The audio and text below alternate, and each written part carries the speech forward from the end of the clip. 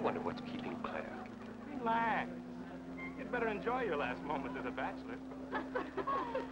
Who are those people over there? Oh, friends of hers, I think, from that newspaper she worked on. I wish she'd hurry up. I'd like to get the gang back to the newspaper. Well, that's Claire for you, even late at her own wedding. You know, I really hate the lizard. What do you mean? Well, I speak now as her editor, not as a disappointed suitor. Claire'd never make a newspaper woman, and you know it. Oh, I don't know. She dug up more hot social stuff than anyone the Tribune had had before. That takes talent. Personality, Hack, my boy, not talent. All right, so I appreciated her personality. You appreciated it. I was the one that brought her to your attention when she was only an $18 a week steno from a hick town. Remember? Very touching, Al. You can put that in your memoirs. She's marrying Hanneman now. Listen to the frustrated lovers. You know, if either of you guys had made furnaces instead of small talk, you might be in Hanneman's shoes now. Have one of mine.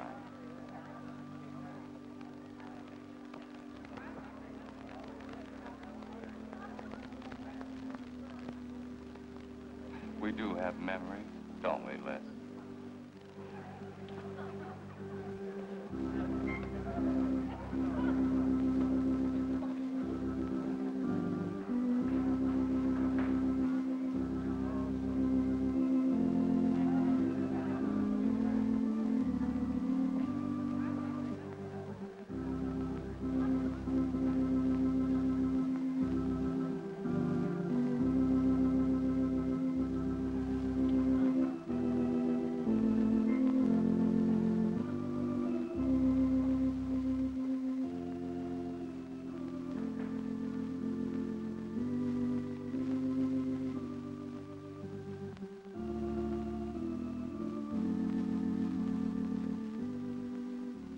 Hanneman, wilt thou have this woman to be thy wedded wife, to live together according to God's ordinance in the holy estate of matrimony?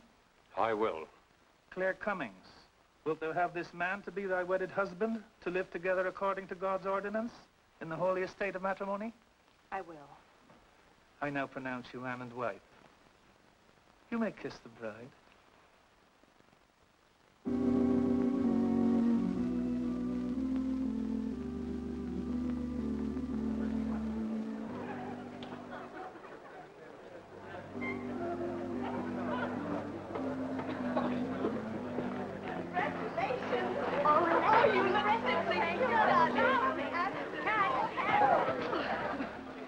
Don't tell me I'm going to lose another employee. Don't worry, Mr. Doyle.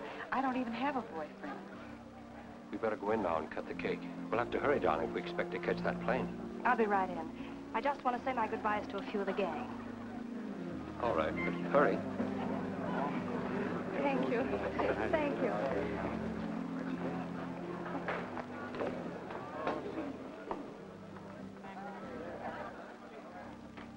Guess who? Why did you come out here? Because I love you. Because you love me. Claire, you're crazy. Don't you know what those words meant in there?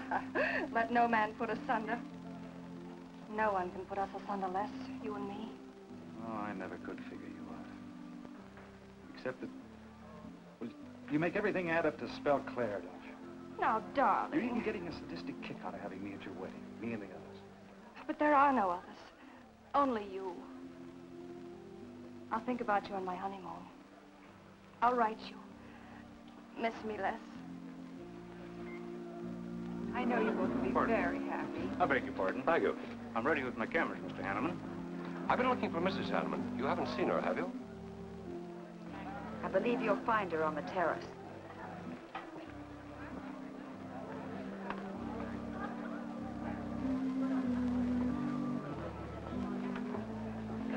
Carl, why aren't you entertaining the guests? I've been waiting for you, my dear. I was detained. On the terrace? Don't you think you were being a little affectionate for a newly married woman? Darling, you're a great big old suspicious bear. That was only Les Burns. And? It was nothing. Just a friendly goodbye kiss. Les did so much to help me with my newspaper career. Why, he's like a brother. You're the only man for me, darling. Ever. They're waiting for us. Shall we cut the cake?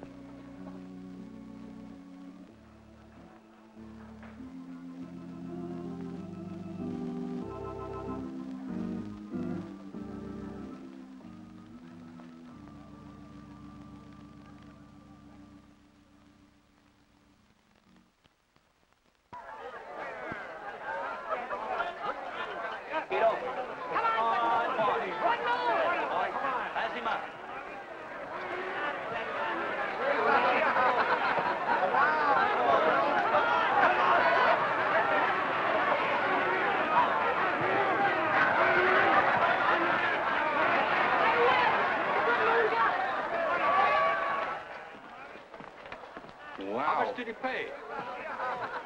$10.80. $10.80 for two. That's not bad. I win $540. Claire, you mean to say you bet $100 on that horse to win? Of course. In these places, you have to spend money to make money. You see now. I'll put $500 in the second race, high heels. Come on. Wait, that's being foolish.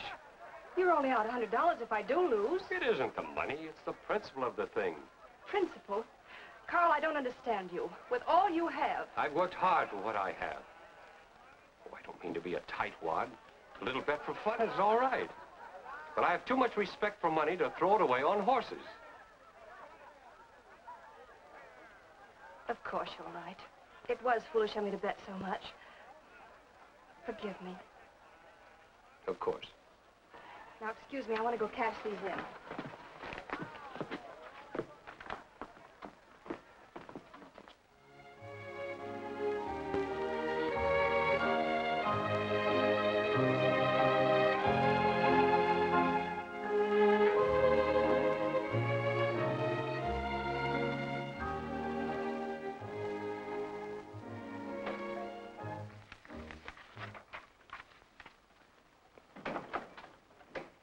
Hello, darling. Miss me? Back so soon, Oh, Carl. I went to the barber shop. Who are you writing to? June Taylor. You remember. Les Burns' secretary. She was at our wedding. Do you want to read some of the awful things I said about you?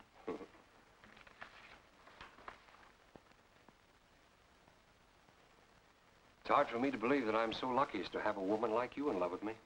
It's true, darling. Every word of it. I'm sorry, Claire.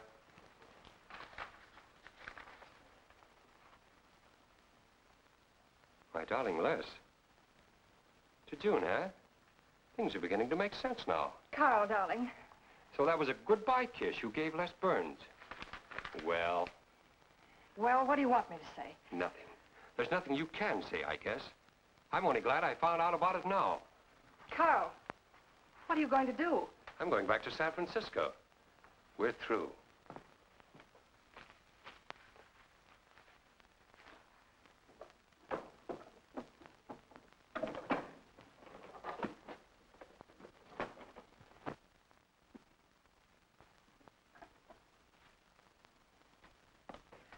But what am I going to do, Carl? I don't care what you do. But I have no money. Thanks to your great generosity. There's enough for the week's hotel bill. You've got that money from the racetrack. Live on that. You'll not get another cent from me. Oh, no. I wouldn't be too sure of that. I'm your wife, Carl. There are community property laws in this state. It won't be that easy. It'll be very easy when I show this letter to the judge. And I'm starting divorce proceedings in the morning. Oh, Carl, darling, let's talk this thing over. It's so silly. Get out of my way before I forget myself.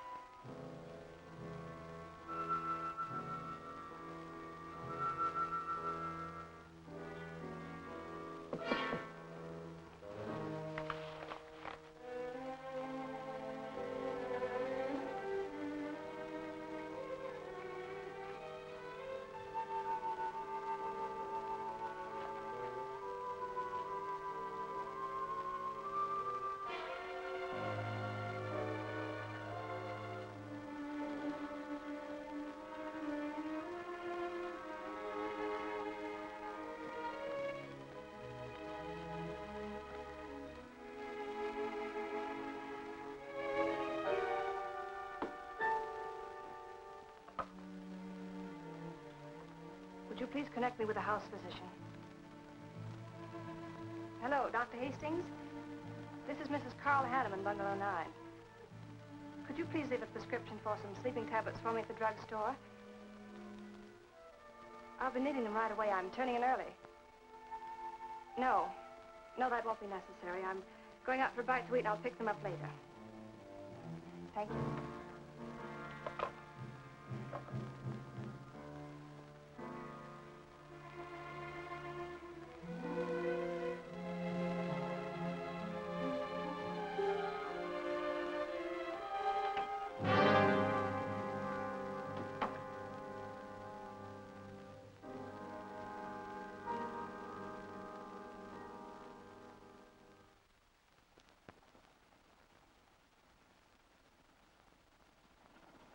I want a new set of plugs in 42. Okay, Blackie.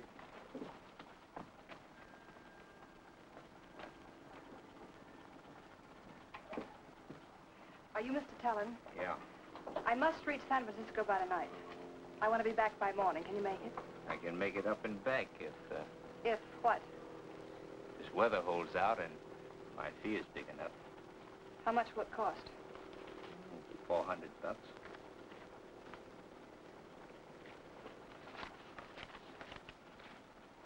Why, 5? I said 4. I know you said 4. I never made this trip. You never saw me. Understand? Sure. I don't even want to know your name. I'm glad we understand each other. Perfectly. Now, if you wait over there, we'll be ready to leave in a few minutes. Hey, Jack, roll out 41 and let's warm it up. Right.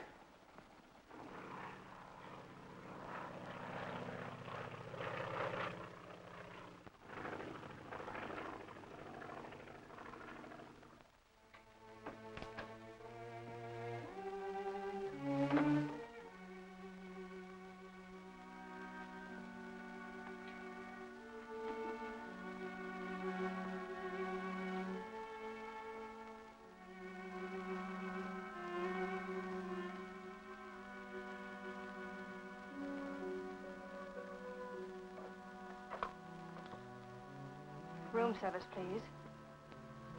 Hello? This is Mrs. Carl Hanneman, Bungalow 9. Would you please send a waiter over with the menu? Thank you.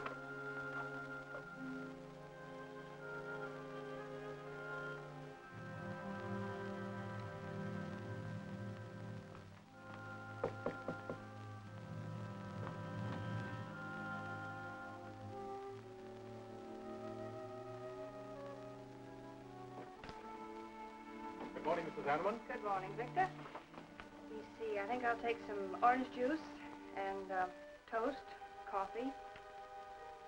That'll be all.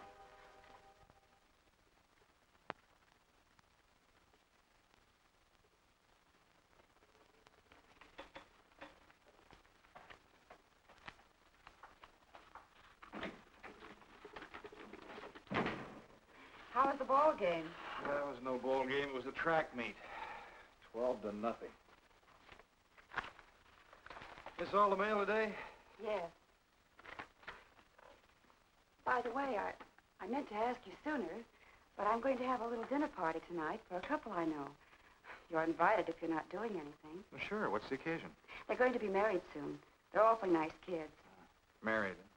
Then the trouble will really start. Mr. Burns' office. Long distance calling. It's Mrs. Hanneman. Hello, Claire. Hello, Les. I'm so glad I caught you at the office. How's the honeymoon? It was interrupted. Carl had to go back east yesterday. Business, he said. He wanted me to stay over, wait for him here. But I'm not. I'm coming back to San Francisco tonight. You think that's sensible? Of course not. But I'll see you again. Look, I want you to arrange a plane ticket for me. Reservations are so hard to get at this end, it'll be easy for you. All right, Claire. I'll take care of it tomorrow. Tomorrow won't do. I'm coming home tonight. Okay, I'll wire you back on the time. I know you would help me. Be sure and meet me at the airport. I can hardly wait to see you. Goodbye, Les. Goodbye, Claire. June, get a hold of Hack Doyle. Have him get me a reservation on the 8 o'clock plane out of Los Angeles tonight. It's for Mrs. Hanneman. Are you planning to meet her? Yeah. Oh, I guess I'll have to cancel our dinner party tonight. It doesn't matter. Apparently Claire can get anything she wants out of anybody at any time. Can't she?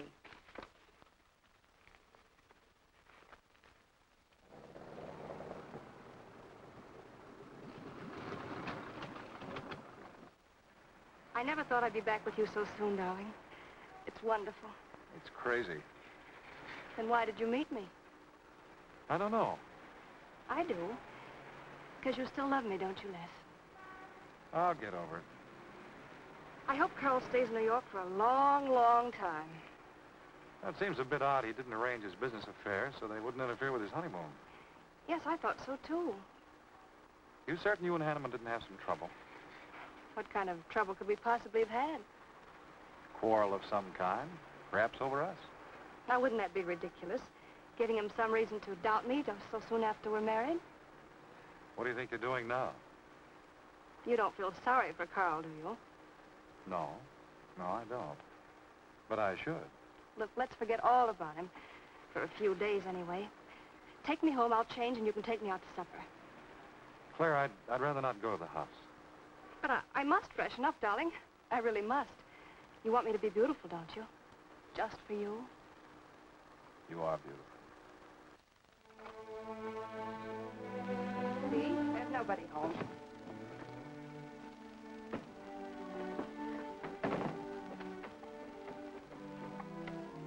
Wait in there, darling. I'll be down in a minute. Come here. Oh, darling.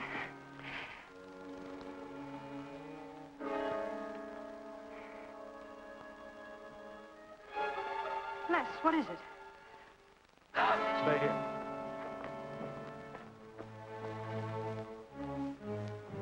Carl.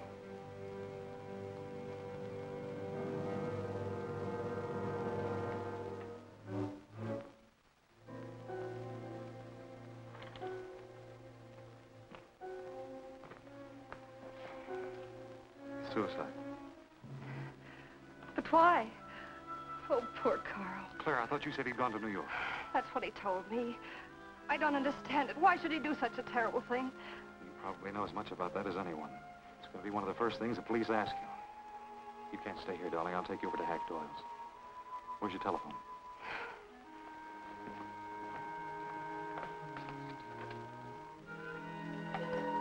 Police headquarters, please.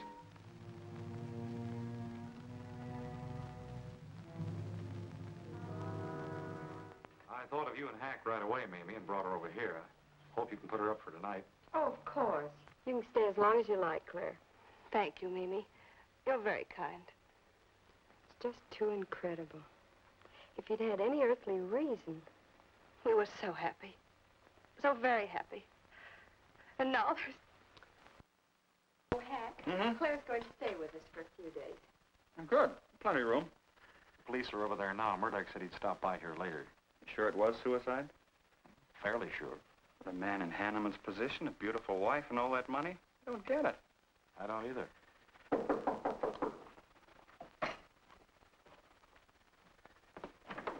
Oh, hello, Bill. Come on. How are you, Hank? Hello, Claire. Hello, Bill. Sorry this had to happen to you. Sit down, Captain. How about a cup of coffee? Thanks, Miss Doyle. I won't annoy you for long, Claire. Just a few questions, routine. You know how it is. Of course. Les gave me most of the details over the phone. Your husband, by the way, has been dead for nearly 24 hours. How did it happen that Burns met you at the airport? He didn't happen to. I phoned him from Los Angeles. How come? Well, I was arriving late and alone. I knew Les would pick me up. Do you have any theory as to why your husband came to San Francisco after telling you he was going to New York? No. I didn't know anything about the business. The gun, of course, was Hanneman's. We checked the serial number. Funny there are no powder burns on the coat. Bill, a suicide doesn't always press a gun against his body. In that case... There would be no powder burns, I know. Do you know of any reason why your husband should have taken his life? No, I don't. Anything wrong with his health? Not that I know of. But that could have been the reason. Had you quarreled? Oh, no.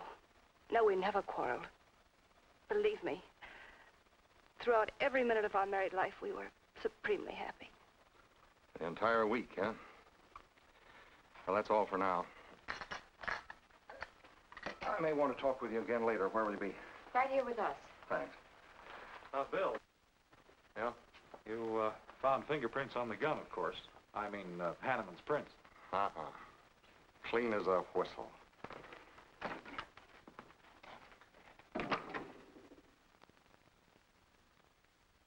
Mr. Burns, that's the position you and Mrs. Hanneman found her husband? That's right.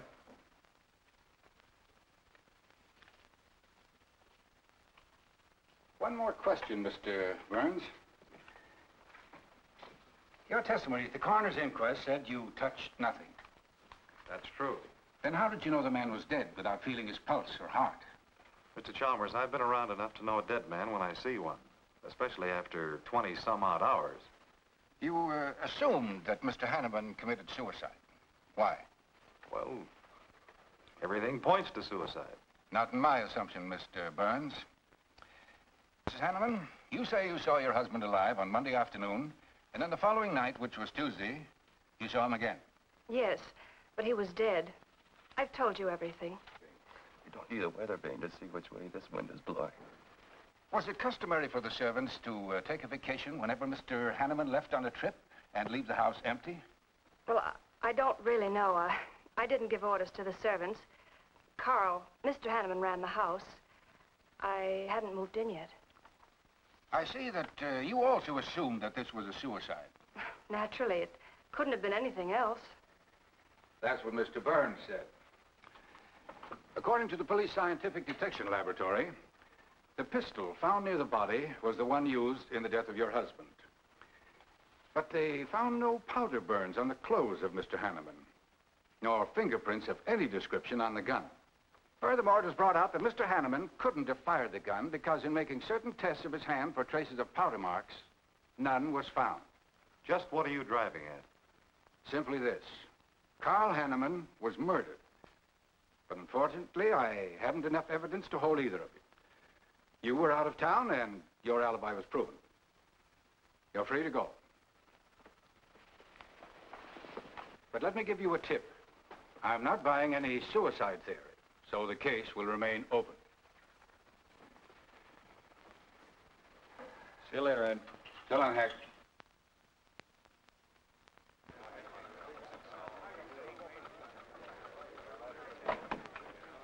Good morning, Les. Just the guy I want to see. Yeah, about what? Oh, I've been assigned to do the follow-up on the Hanneman case. Oh, how'd you draw that?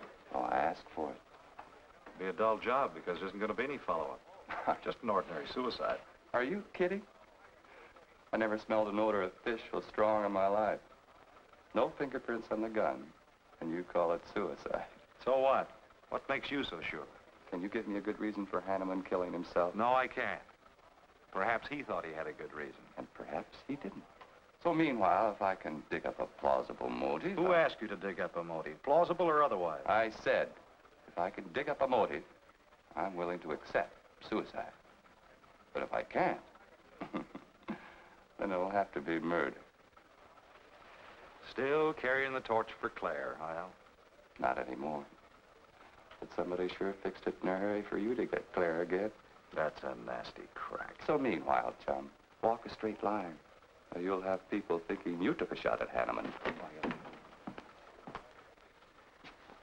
You got a lot of work to do, Al. You're so right, boss.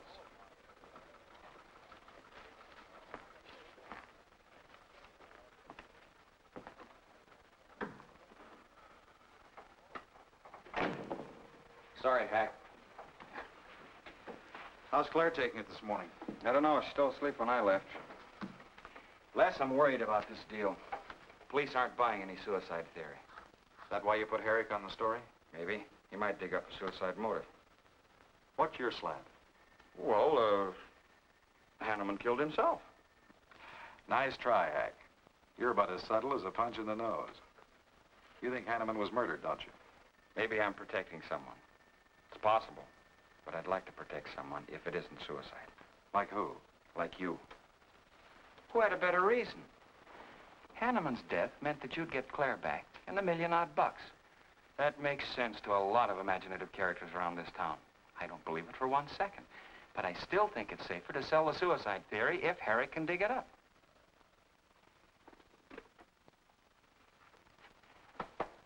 Thanks, Hack. But I didn't do it. Yeah.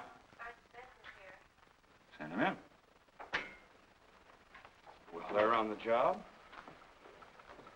Hello, Vincent. What's on your mind? The DA would like to see you gents in the morning. Says it's important. About 10 o'clock. What's he want us for? Don't you know? Mrs. Hanneman's already got her invitation. See you tomorrow.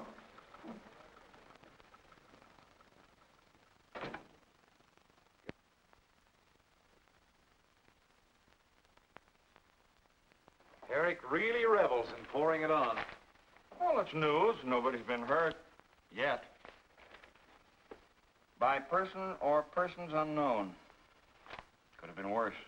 The DA certainly tried hard to tag it on somebody. Tell me, Hack, do you think that, well, that Claire could have shot her husband in some way? No. She was in Los Angeles the night he was killed. DA couldn't shake that, and... Good morning, everybody. I hope I'm interrupting something important. Hello, darling. You look tired. Hello, Hack, dear. Good morning, Clara. It's a pleasant surprise. What can I do for you? I came to get my job back. Starting when? No. Well, after all that's happened, don't you think you should have a little rest? Rest. Why, working will be the best thing in the world for me. It'll keep me from thinking too much about poor Carl. After all, I must carry on. My life is still ahead of me. What's the real reason? Well, I do need a little cash. I have the house and my clothes, but I just won't be able to live on the widow's compensation the court will allow me. You wouldn't want me to have to sell my clothes in order to eat, would you? Oh, no. After all, I've made other arrangements about your column. Beth Warnock's taking it over. You are still the boss, Hack. Les, darling, wait outside for me. I'll be out as soon as I've had a heart-to-heart talk with Hack. I know. You might as well say yes, Hack. I've had these heart-to-heart talks.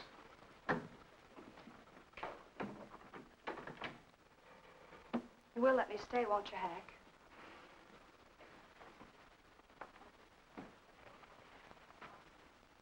Yes, but I was hoping you wouldn't ask it. You are a darling. Listen, Claire, you stick to the job and no playing around.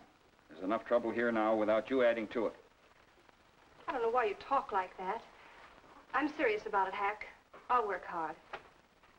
For your sake, I hope you do. You are a dear. See you later.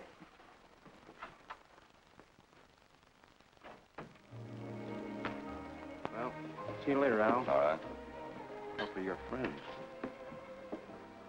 Yeah, old friends.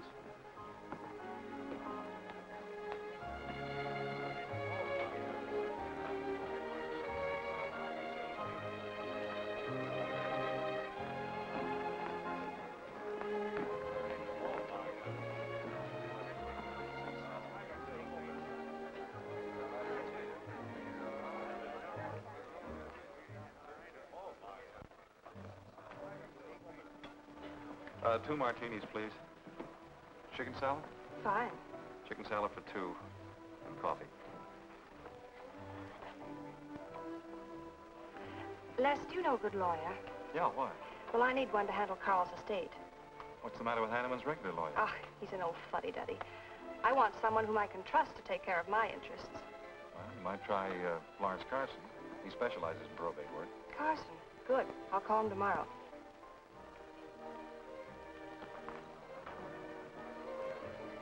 Do I know that man over there? You should. It's Stanley Mason. Our paper's backing him for Congress. Of course. Why, the pictures on his campaign posters don't do him justice. You know, I never could figure that guy. Every time I see him, he's with a different girl. So? Oh, we'll have 4 Manhattans. Make them half French and half Italian vermouth. We'll order later. I'll look after them personally, Mr. Mason. Thank you. Stanley. Isn't that Hanneman woman over there? Yeah, she's very attractive, isn't she? Well, if you like the type.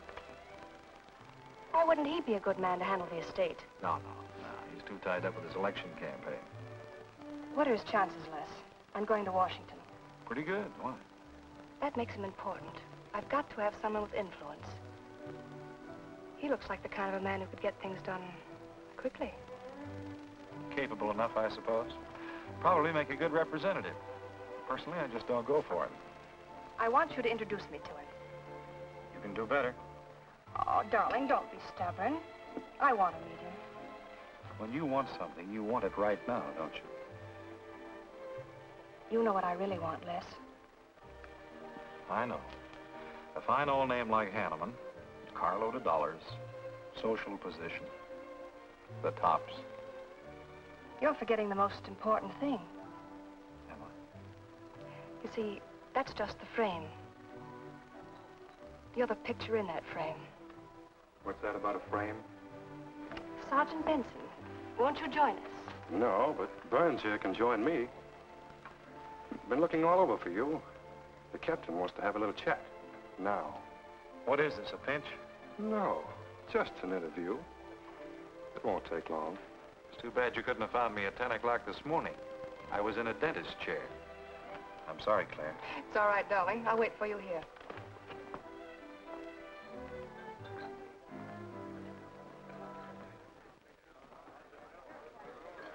Violet.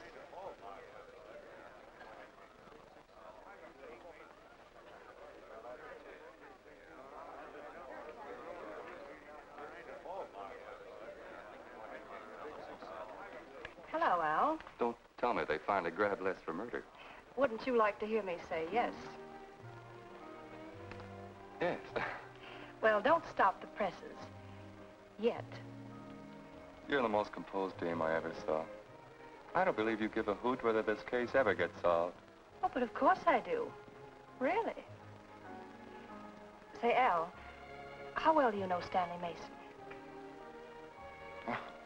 Quite well. I've planted some of his propaganda. You can do me a favor. A big favor. I want to meet him. Might be a good idea. I remember I once introduced you to a fellow by the name of Les Burns. Promptly lost you. Excuse me.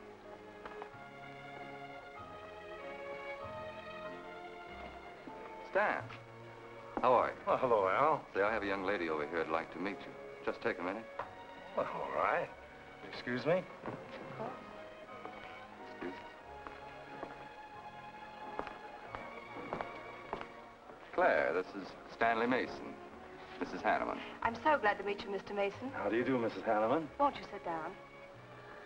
Sorry, I can stay but a minute. I know you think me rather forward, but being an attorney, you can understand my predicament. I'm desperately in need of someone to administer my late husband's affairs. I thought perhaps you could help me.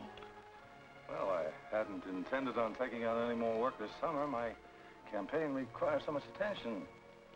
However, supposing you come to my office at, say, 4 o'clock, we can at least talk it over. Oh, thank you. I would appreciate it. Here's the address. So, until then... Oh, excuse me. Sorry. Thank you, Al. Don't mention it.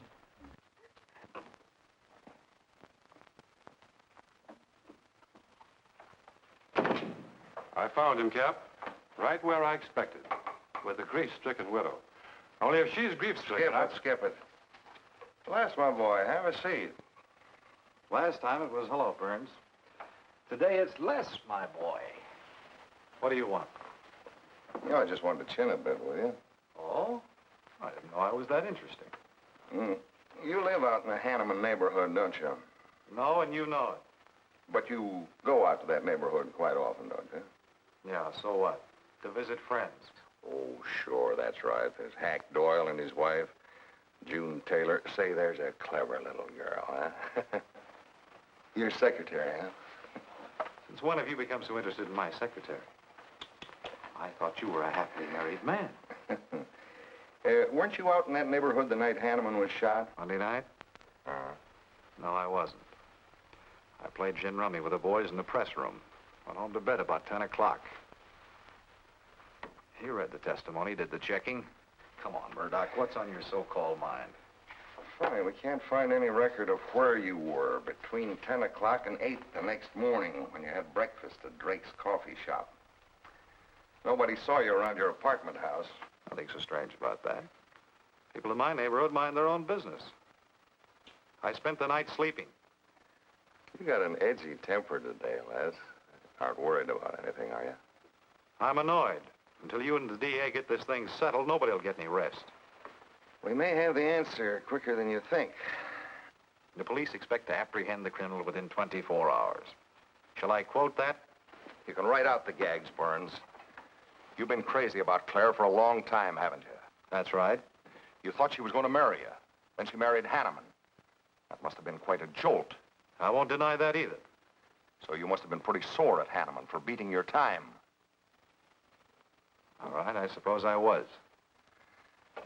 You know, Burns, you've given out with all the motives a man needs for killing another.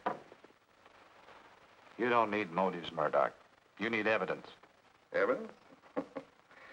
You just told me that you weren't near the Hanneman home last Monday night. I wasn't.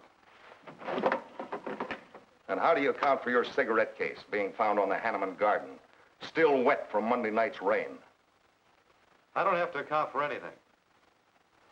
To throw cold water on your mastermind, I tossed that away right after the wedding. Anything else you want to know? No, that's enough.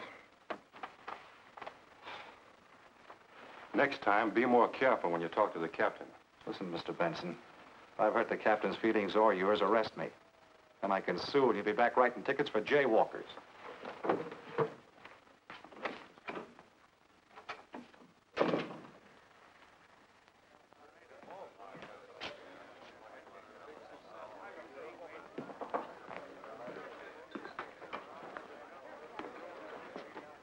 You rent that stool by the month? Well, Lester. Where's Claire? Oh, Claire isn't here. She had an appointment. Did she go back to the paper? No, about this time, she should be walking into the inner sanctum of that courageous and fearless champion of the people's rights. That distinguished candidate for the Congress of these United States. Mr. Stanley Mason. You sound like you're on Stanley's payroll. Mm-hmm. I introduced them. You seem to have a talent for that sort of thing. Thank you. I believe that's all the information I need, Mrs. Hanneman. I can't possibly find words to express my gratitude in your consenting to help me. Oh, believe me, it's a pleasure. A little pressure in the right places should settle the matter quickly for you. Thank you again, and good luck in the elections. Oh, thank you. I suppose you'll be leaving for Washington immediately if you do win. Yes, if I win. You will. I know you will. Well, I really must be going. Oh, can't I drop you off somewhere? I'm sorry. Not this evening. Mr. Burns is taking me home. He's the gentleman you saw me with today. I'll call you tomorrow. Perhaps we can have dinner and talk some more about your problems. Splendid. Goodbye.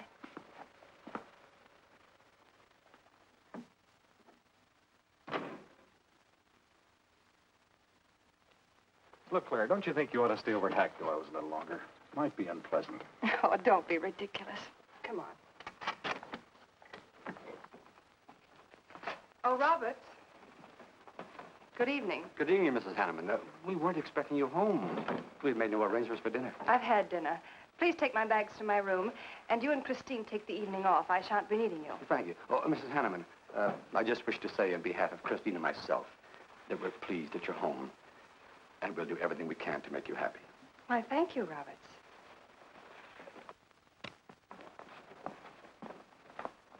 Well, come in, darling. You aren't afraid of Carl's ghost, are you?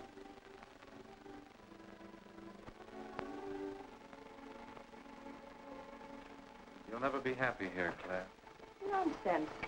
I've done a little refurnishing. Well, that ought to help a little. Les, what did Murdoch want with you? You had an idea I might have paid a visit here Monday night. You didn't, did you? Of course not. It also seems I had a motive to kill Carl. But of course you did. If you were that kind of a person. Murdoch's only fishing. Well, he knows I've been in love with you for a long time. I told him. You told him? Why not? It's true. You want them to keep working on you, so they'll stay away from me. That's it, isn't it? Yeah, that's it. I said I'd stand by. And you have. And I love you the more for it. You know I do love you, don't you, darling? I think you do, Claire. In a peculiar, mixed-up sort of way. I never should have married Carl. I didn't really love him, but he offered so much. Things I never had. But that's all over now. No, it's not all. And it won't be until they find his murder. They will. And there'll be nothing to keep us apart again. Ever. Claire, if I could only sell myself on that. You've got to, Les. You've got to.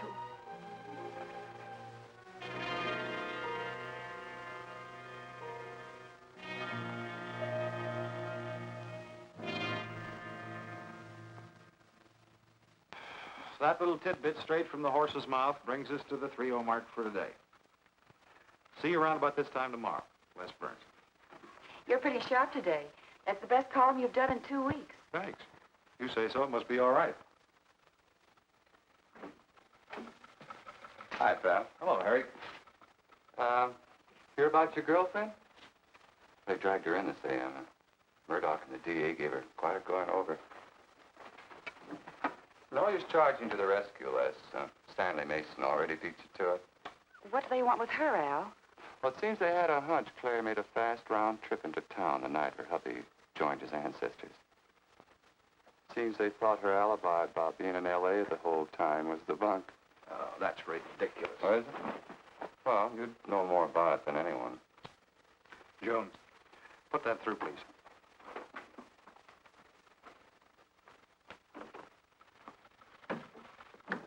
Okay, Al. You're so much smarter than Murdoch. Spill it. Oh, I'm not saying I'm smarter. But I do know Claire better than he does. And I know you. Meaning what? Claire never lost any interest in you. Before, during, or after her marriage. Well, that doesn't prove it happened. With all that wampum at stake, this whole thing could have been planned weeks ago by both of you. I'm fed up with your dirty cracks. Now get out. Wait a minute. Look, Junior, one of these days I'm going to be too late and you're not going to have any teeth. Mm-hmm. You're so right, boss.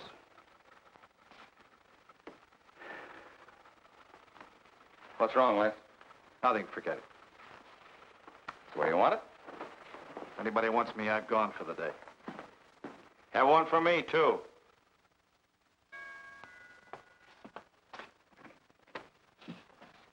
Where's Mrs. Hanneman? I gotta see her. Is she in? Why, yes, but she's going out. This is important. What's the trouble, Les? Oh, I've been trying to find you all afternoon. You didn't get back to the paper. Where were you? I was with Stan, Mr. Mason. We were talking over the estate. Oh.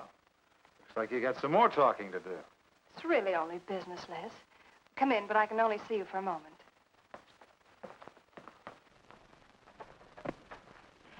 You've taken on quite a package tonight, haven't you, Les? Well, I've had a few drinks. Sitting over at Bernhard's. Been thinking things. Crazy things. Not me? Yes, you. Murdoch and the DA asking you all those questions. It's nothing to be disturbed about. I'm not so sure. Why do you say that? Were you in this room Monday night? What? Why, you know I wasn't. I don't know anything. But I wouldn't lie to you. Have I ever, Les? Claire, there's only two people could have profited by Hanneman's death. I'm one of them. You're the other. Why, how dare you come in here accusing me? You only married Hanneman for this. You've admitted it a dozen times. But I didn't kill him. How can you even think it? I didn't kill him. I didn't say you did. But if you know anything, you've got to tell me. Were you in this room Monday night? No. You might have come in, seen someone. I've got to know. Stop shaking me. Then tell me the truth. Let go of me. I thought you were going to stand by me. Why, you're drunk. I'm only trying to help you and me. Ha. Help me. You're accusing me of murder. How do I know you didn't kill him? You were in town. Claire. I've as much right to accuse as you have. But I'm not accusing you. Get out of this house. I once said I couldn't figure you out. I can now. You're not a normal woman. You're not warm. You're cold, like ice. Yeah, like ice. Blonde ice. Get out of here.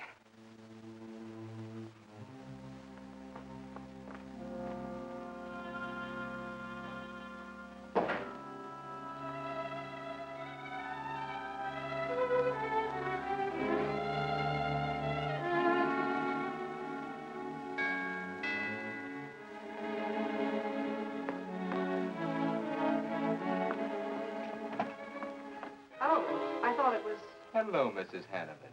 I don't believe I know you. Sure. Sure you do. Let me come in. We can talk better inside.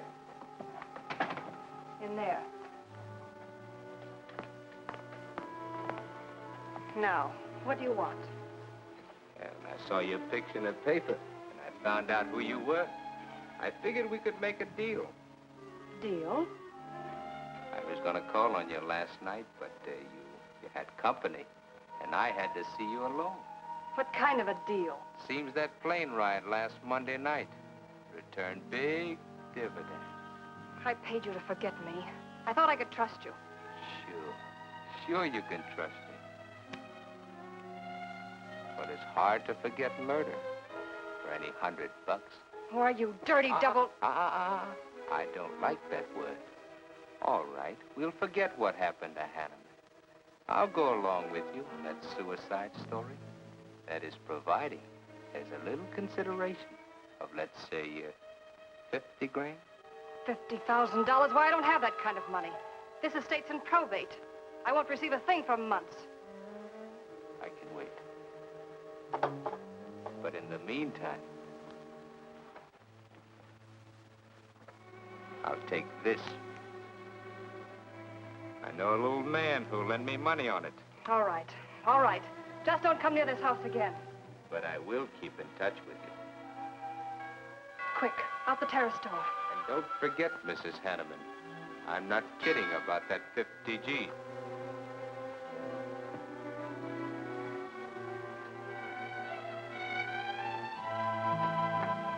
I'll get it, Roberts. Yes, ma'am. Stanley, darling. Thank you. Well, he isn't at Bernhard's either. Oh, I hope nothing's happened to him. He'll turn up when he runs down or runs out to go for drinks. Say, you write his column all by yourself? Somebody had to do it. I hope it's fit to print. It's good. Nice of you to cover for him, too. Do you really think he's all right? Sure, sure. I'll find him later. Don't worry about Les. He's probably getting more poison out of his system than he is into it. I hope.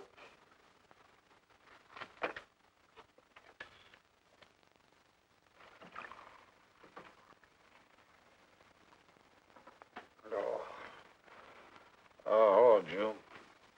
Oh. See if you can give me another head, will you? This one's not going to do me much good. You certainly had a little trip for yourself. I guess so. What day is it? Tuesday. Holy mackerel.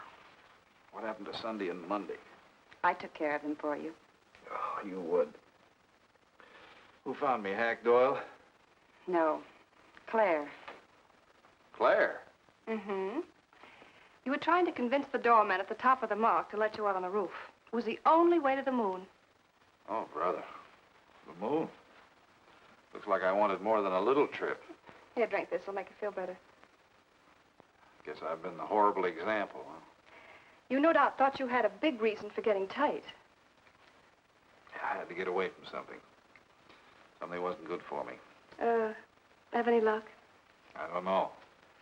I'll never go into this again, I can assure you of that. June. Well, I guess I'd better get back to the office. Well, thanks a lot for looking after me, June. I'll be down after a while, if I can make it. Don't hurry.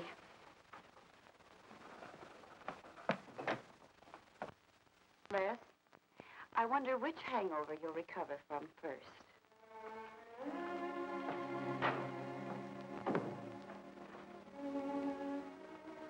I thought we were all washed up, Claire.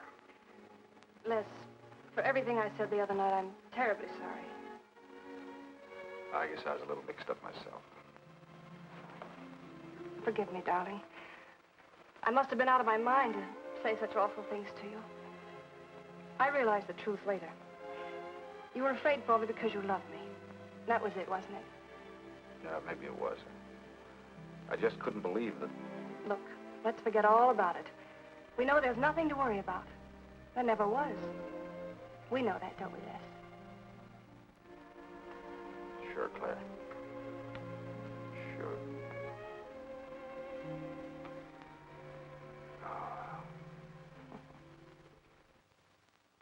Here's to our new congressman. May your career be long and successful. Thank you, darling. Jeff, but aren't you both a bit early? I only wish I could be as sure of my future in psychiatry as you can be of your future in Washington. Doctor, you were analyzing me at dinner, the workings of my mind. Do go on. It's very interesting. I've never been psychoanalyzed before, and your deductions amaze me. Claire, I warn you, if Jeff continues, he'll have you convinced you're batty. Simply because your father ran away with another woman and your mother was relegated to hard work. Stanley doesn't quite believe in the powers of psychoanalysis, Mrs. Hanneman. But if either of you could spend a day in my office listening to some of my patients, you'd see the logic of my deductions. Or any psychiatrist's, for that matter. Oh, don't mind Stanley's cynicisms, Doctor. Yes, Robert? Telephone for Mr. Mason. Excuse me. Certainly.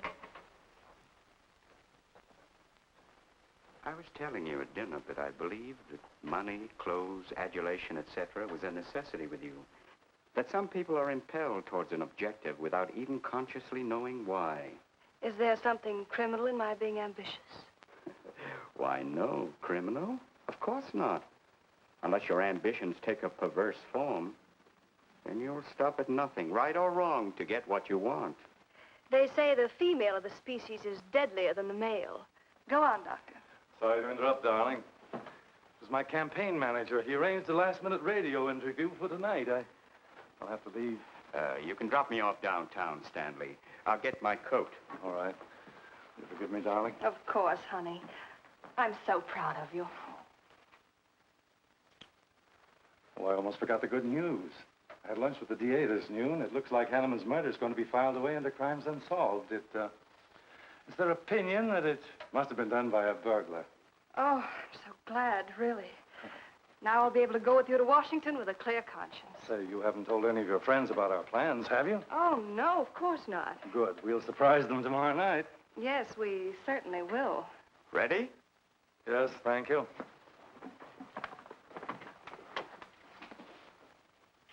Good night, Claire. Good night. Mrs. Hanneman, please don't take my mental probing too seriously. You're a very charming hostess. So don't worry. I never worry. Good night. Good night.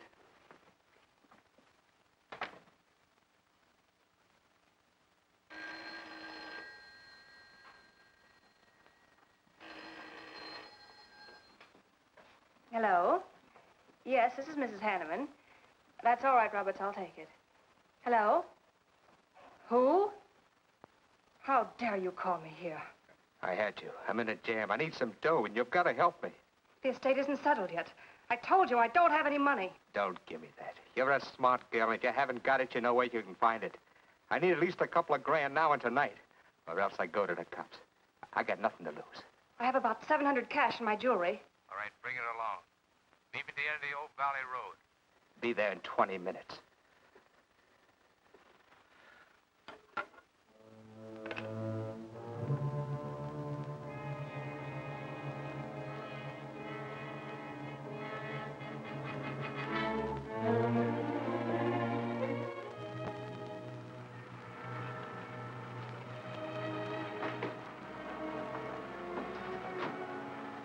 Did anybody follow you?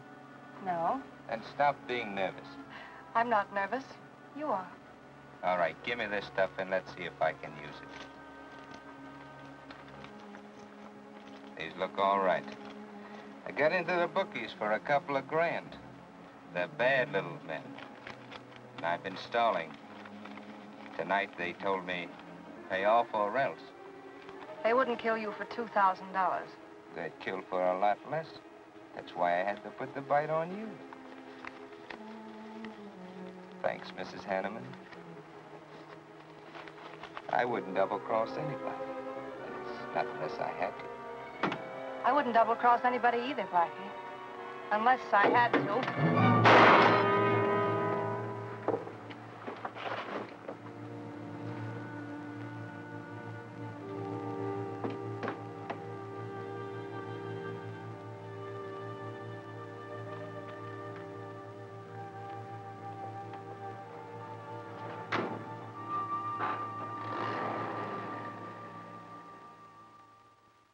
The first returns have been received from the 12th precinct.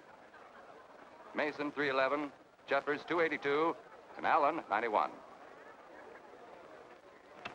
That just about cinches it. If I can do that well in the 10th, I can carry them all. My gratitude, Doyle. Without your paper in back of me, I wouldn't have had a chance. Think nothing of it, Mr. Mason. We're glad we backed the right man. Well, it looks like you're in, Mr. Mason. Congratulations.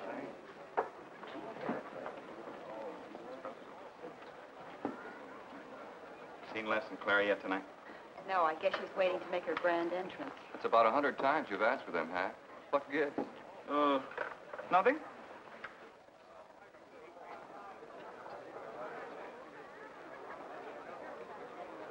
Mr. Doyle, looks like we have a new congressman. Yes, it does. I'm sure he's going to be a good one. I hope so. We backed him. Hello, Claire. Hi, Les. Hi, Heck. Well, good evening, Claire. You look stunning, as usual. Thank you, Stanley. Oh, hello, Les. Thanks for being Claire for me. Big night, huh? In third place is Jeffers with 162, Allen with 142, and Mason 300 even. That's how big it is. Come on, Claire. I want you to meet some folks. You'll find drinks in there. Look, Les, there's something on my mind. I want to tell you about it. You better have a drink first. Sure.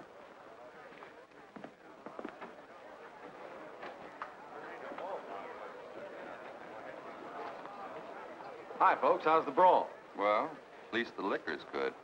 Well, Junie, aren't you a pretty thing tonight? Well, it's about time you noticed me. The trouble with you men is you always have ink in your eyes down at the office. Have a fresh one? No, thank you. This will do. Les. I'll talk to you for a minute. Excuse us. What gives? Did you come with Claire tonight? No, I came with my Aunt Martha from Penobscot. No, I'm serious. You saw her come in with me. You better get her out of your system, but right now. What are you talking about? Things are fine with us now. She couldn't be sweeter. You should have seen her earlier, helping me get things ready for that little party up at my place tonight. How about a speech, Mr. Mason? We haven't had one. Come on, Stanley. Yeah, give us a speech. That's all I need. Now, wait a minute. Speech, all right. If you want a speech, you shall have it. Ladies and gentlemen, I want to introduce to you a very lovely young woman, better known to you as Claire Cummings. I am happy to announce that she's bestowed upon me the great honor of consenting to become my wife. This is a dirty, low-down trick, but I'm glad it's happened. Someday I'll tell you why.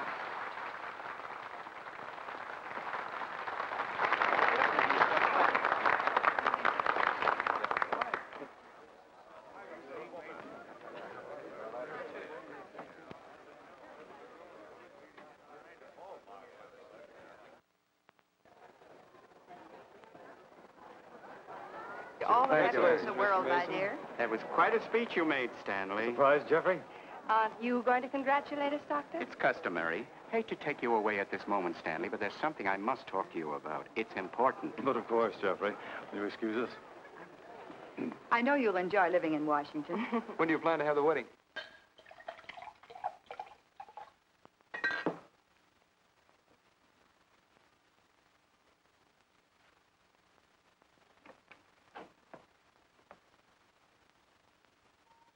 look at me like that, darling.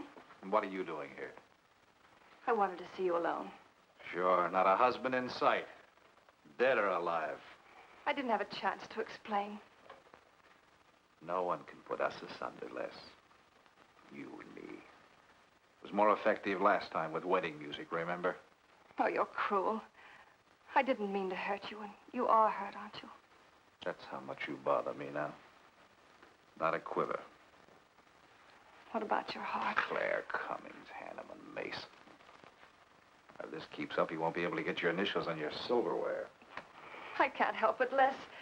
I do love you, but you could never give me the things I must have. Money, importance. With me, they're a necessity. Oh, stop it, Claire. You're like a poison. Take a little bit and you're finished. But too much becomes an antidote. All right, darling. But if we've really come to the end...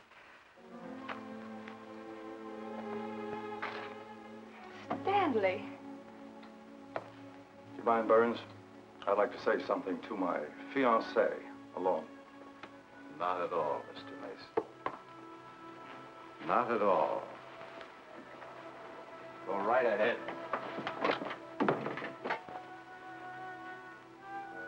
The congratulations are hardly over before I find you in the arms of your old sweetheart. That was a stupid remark. I had to say something to him, didn't I? So you didn't tell him earlier. You said you were going to?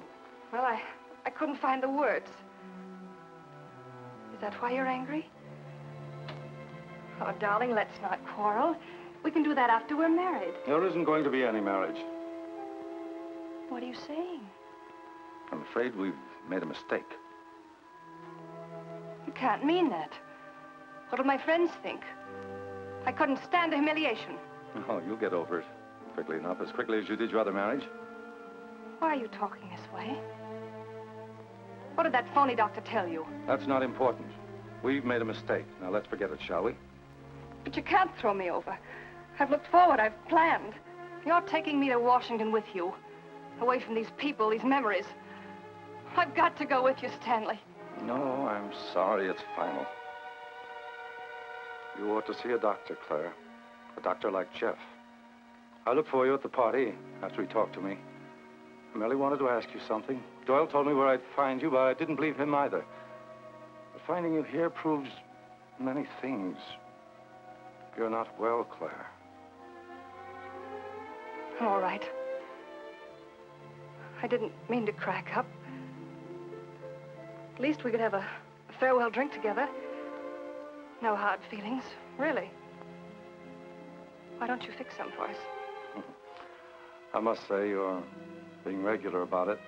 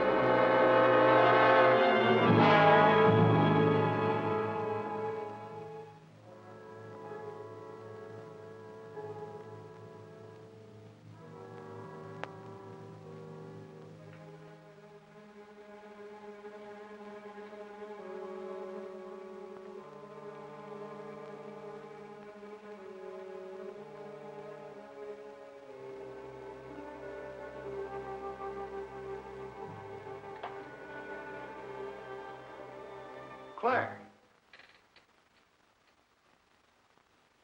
What have you done? I did nothing. You killed him, Les. I killed him? Don't you remember? You came in just a few minutes ago. You saw us talking. You looked funny. Crazy. You said you were going to kill Stanley because he stole me from you. So you picked up the knife and you stabbed him. You're out of your mind. No, I'm not. You're insane. No. No, I saw you do it. You dropped the knife and you ran out the door. I tried to stop you. Came in just a few minutes later. Right now. You murdering little idiot. Les, don't! Mason, you won! Alan just conceded the election! You're going to... You're gonna go. You made it on its minute right there.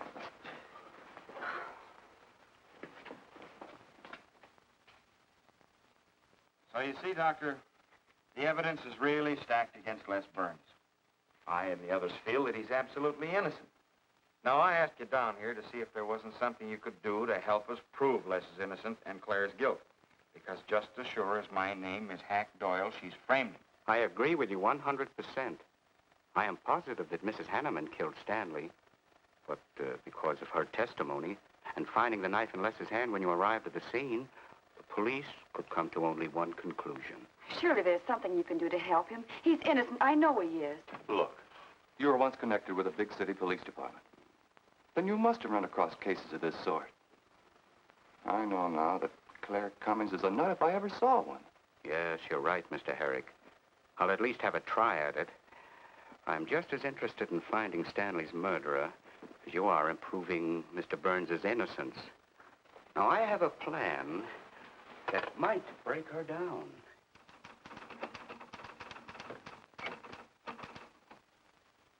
Well, good morning, Dr. Clippinger. To what do I owe the pleasure of this visit? It's no pleasure for me, Mrs. Hanneman, I assure you.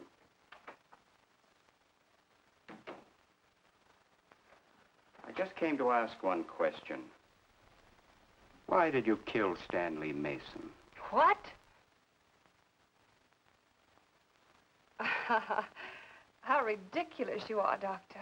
Am I? You see, I had a talk with Stanley last night concerning your betrothal and advised him against it. It's safe to assume that when he came to tell you there wouldn't be any marriage, you killed him in a fit of anger and then concocted a story to implicate Mr. Burns. It's the most absurd accusation I ever heard. You seem to forget that Les Burns' fingerprints were found on the knife and that he was seen standing with it in his hand. The police have all the facts, Doctor. Not all of them. All they need to convict Les Burns. Do you mind if I finish my column? No. Why, no.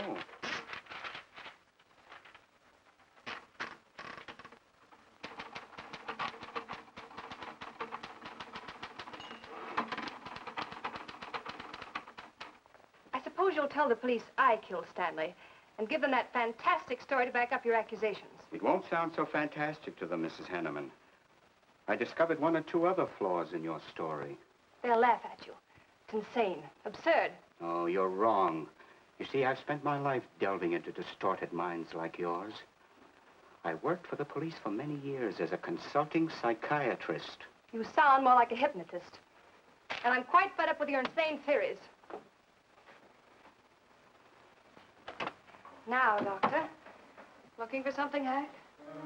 Police are on their way. Police? What for?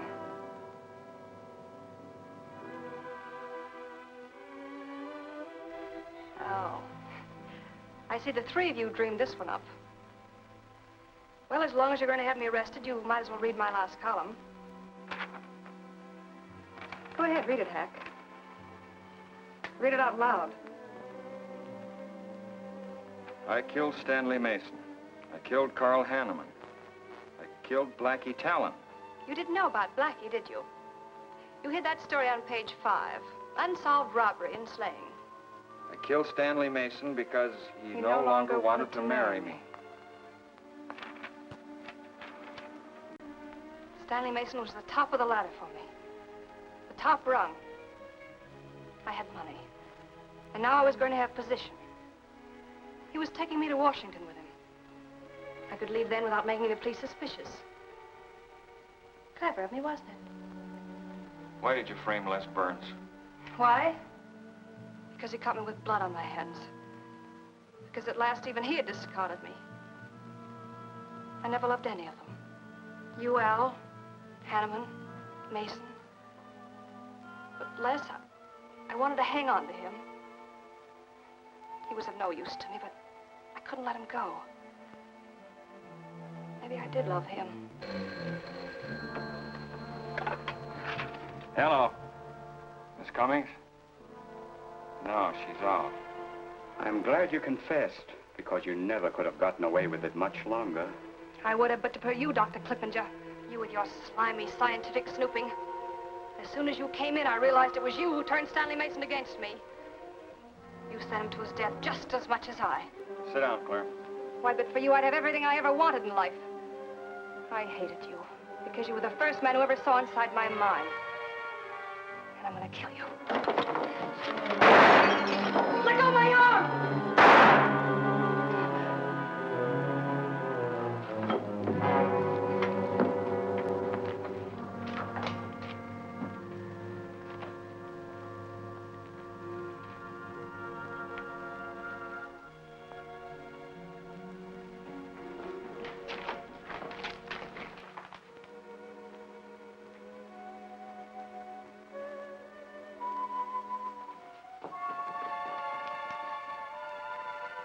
You were a little late, Murdoch. Well, it was probably better this way. I can scarcely believe it. A woman as beautiful as that. You didn't know her very well. None of us really knew her very well.